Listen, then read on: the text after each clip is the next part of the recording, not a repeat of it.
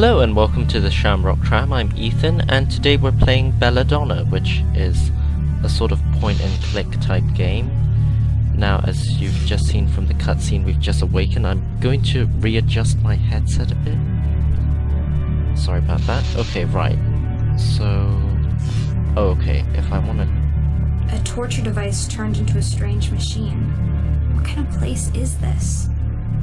So if I want to move somewhere, I just click rather than WASD. My very first memory is waking up on this thing. Before that, nothing. I wonder what I am. So from what I remember, this game is sort of like based on a Frankenstein-esque story. So let's just have a look at everything. Books. A lot of natural philosophy and chemistry. Something by an M.W. Shelley. Indeed. There's a handwritten note here. Maybe it can shed some light on my situation. Right. Wolfram von Trauschloss. It is with shaking hands and heavy heartbeats I gather before me the instruments of my last desperate attempt. I find myself on the thresholds of my toils, a turning point, for should I fail tonight I doubt I shall find the strength and resolve to continue. At my feet now lays the lifeless remains of my beautiful Belladonna. A few hours ago my wife was alive and well, and now she has been cut open, dissected, altered, and artificially constructed. So basically, we're playing as this guy's wife, I suppose? From the second she gave up her final breath, I have worked tirelessly to preserve and prepare her corpus, that I might infuse a spark of being back into her lifeless limbs. This is the final test of all my research and experimentation the past 5 years. The complete revivification of a human being, body and soul. The anxiety I feel is agonizing, but I cannot let it hinder me from carrying out what I must do. For my own sake and for hers, this procedure must not fail. In my feverish dreams, my wife appears as such a lovely creature, so far removed from this creation before me. Her cheeks, once so full of laughter, are now pale almost to the point of transparency, with the skin stretched so thin over the cranium it threatens to rip at any moment. Her eyes would shine like the night sky, but are now empty, watery, and yellowish. I have to cling to my conviction that she will regain her former grace and vitality once she is brought back to the realm of the living. Her eyes will light up with the flame of life, a Promethean flame stolen from the very gods. From this night on, man shall be the master of his own destiny, and God shall no longer be above us. As I write, the engines of life are finally heating up, the last of the preparations coming into order. This crucial moment is ever approaching. The time has come. Success! The attempt was a success. She's alive. Right. Oh, so we have a whole bunch of notes to collect. There's a screwdriver in this toolbox. Better take it. Okay, so this is the inventory and... yep, that's the notes. It looks like the legs of a frog hooked up with wires. And I'm pretty sure it moves when I'm not watching. Lovely. It's a brain in a jar. I wonder what it's thinking. It might be dead or it might not. Ooh, surgical tools. Shiny. I have no idea what's inside of this, but it glows. Maybe it's radioactive. That is one ugly gargoyle. Looks like a George to me. What? Can we... oh right, the switch. We didn't actually click that. Oh, it was an Iron Maiden. Oh. Now's not the time. Of course, I should have noticed from the shape. The door won't budge. It seems to be barred from the other side. I might be able to unscrew these hinges, though. Oh, I was actually thinking about picking the lock, but the screws on these hinges are rusty and stuck. I need some lubricant to loosen them up. With such a multitude of jars and bottles, at least one must have some sort of oil in it. Right. Oh. Well, there's a skull, but there was something else. A human skull or a paperweight. This oil looks expensive. Let's waste it. Well, indeed. I smeared some oil on the rusty screws. That should loosen them up. Right. I'm free. Okay. What a dedicated knight to guard a damp dungeon like this. Maybe he was demoted. Maybe he likes the dark. Maybe he's secretly a poet. I bet his name is Roland. Indeed. Another piece of paper. This was written long before the last one. Work is going great. Kept a rat alive for 1 hour and 26 minutes last night. We'll move on to larger mammals within the week. I find my life more and more polarized into two phases. I remember times when I used to climb up and down the stairs like a squirrel each day, but now I spend most of my time, and indeed most of my thoughts, down here in my laboratory, only to step upstairs at night to sleep. It is warmer upstairs in the living area, but it is boring and understimulating. Down here is where I make progress. Down here is what matters, and as I lay awake beside my sleeping wife, I often wish I was down here with my experiments. Belladonna grows increasingly distant ever since that fateful night when our baby Lucas gave up his last breath. She has lost all traces of her old self. God knows what she is thinking about as she silently gazes into the empty air or restlessly paces back and forth in the great hall. I, at least, am working with my grief. I've turned my attention to the signs of life and death, and not a day goes by when I do not think of how my son was untimely taken from me. This is the thought that drives me, in this, the greatest of my ambitions. My own son will never return, I have accepted that now, but thanks to me and my work, the cold, ruthless contrast between living and dead will in the future be much softer, maybe even completely erased. My wife, though, has let our grief devour her whole. She is emotionally and intellectually paralyzed, it seems to me. All her creativity and quickness of thought, the wittiness of her speech, and the nimble way she used to jump from one conclusion to the next, all these qualities that made me fall in love with her in the first place, they have all been snuffed out like the flame of a candle.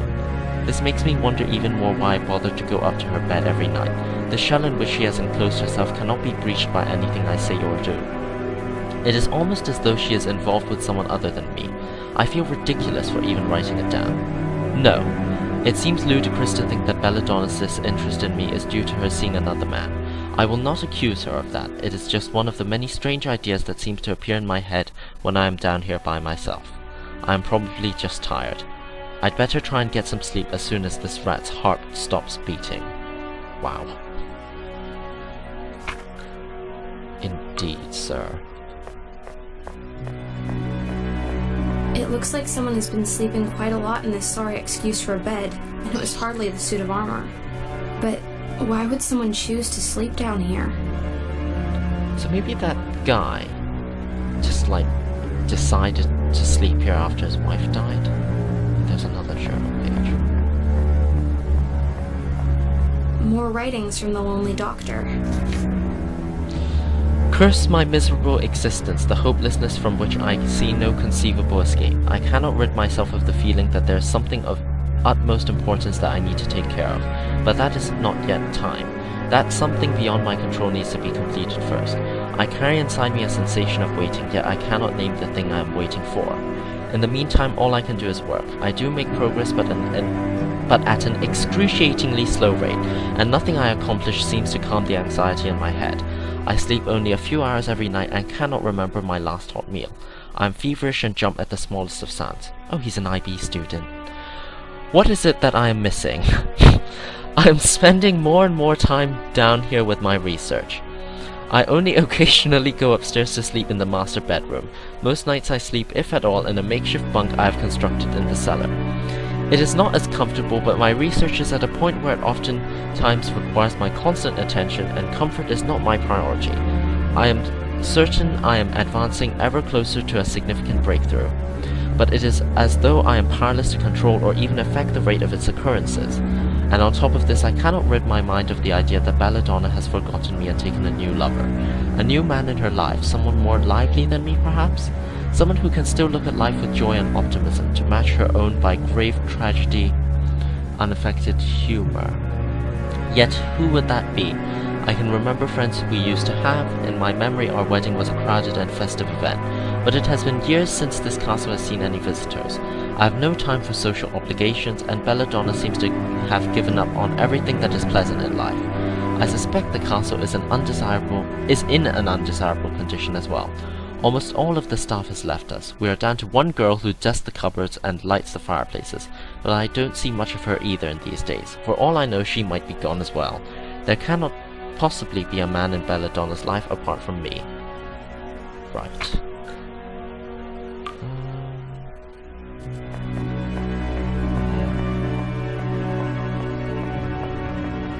Another locked door. Let's take a peek through. Key. It's the key I'm after. I can't reach it with my hands. I wonder what I can invent to retrieve it. Don't tell me we can just, like, stick bits together. It's the key I'm after. I can't reach it with my... Indeed, right. Can we combine stuff? No, we can't, and I don't know how. Oh, whoops. Oh, okay. What can we make? Is there anything we've missed? So we have the bone saw and the screwdriver. Oh, there's a long stick here. Perhaps it was used to try to Right, I think we can use the stick to get the key. Another locked door. Let's take a peek through. Right. The stick is long enough to reach the key, but how will I grab it?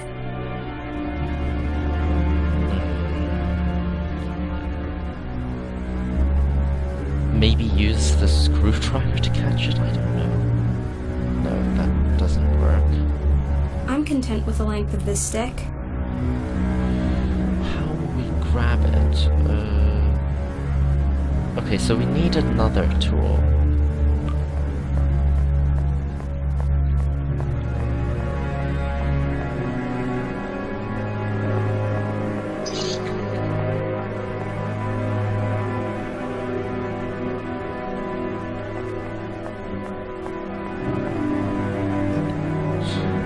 What, do we get that sword? Hello, Roland. Is there something we're missing in here?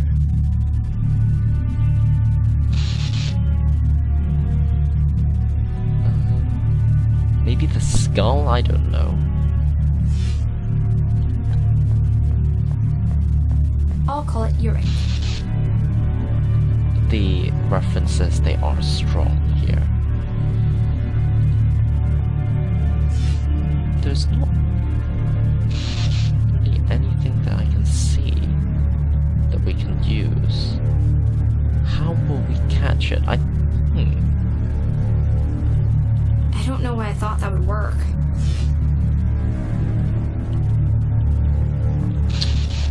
Oh, a magnet. I love magnets.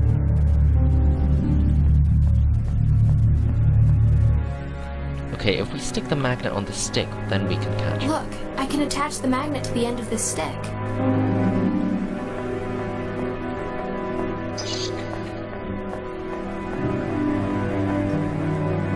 Right.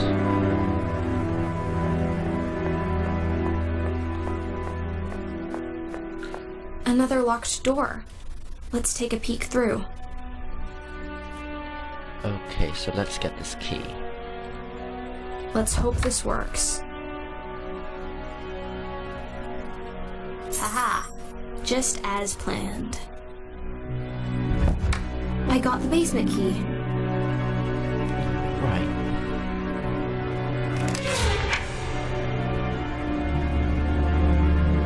Oh, another journal page. More letters. Has he figured it out yet?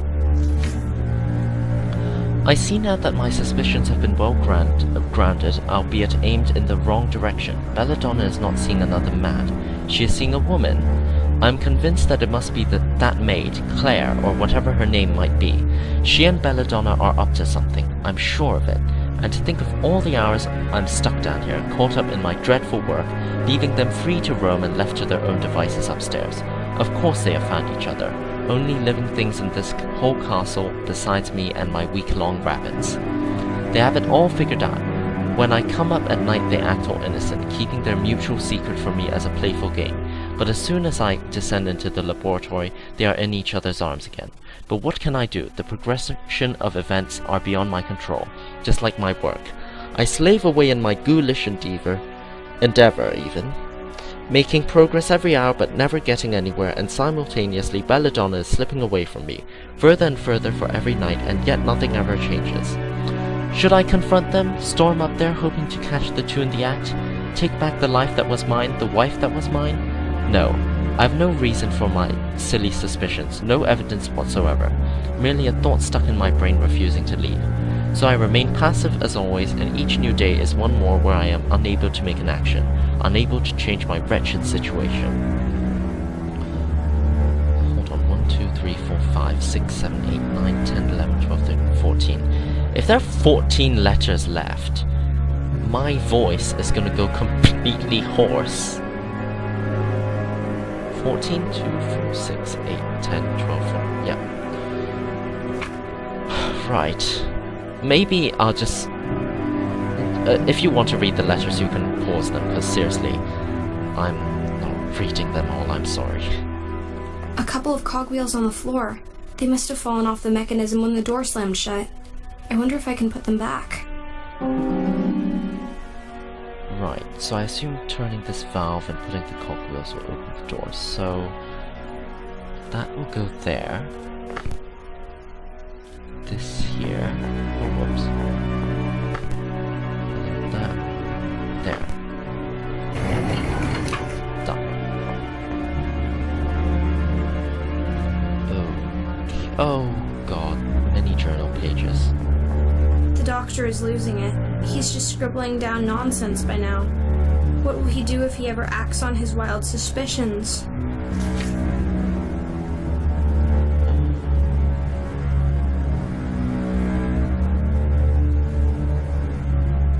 Okay. Wow, that's really dark and weird.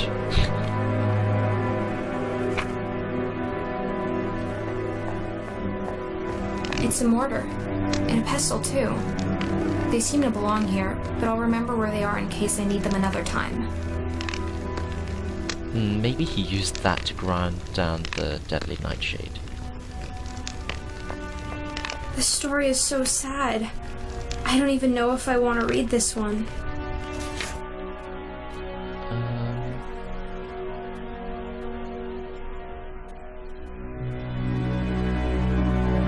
Right. Okay, so... The label says Dr. Wolfram von Trauerschloss. So this is the man who brings the dead back to life. He looks as though he would have been handsome once. It's warm. I haven't realized until now just how cold my body is. Right.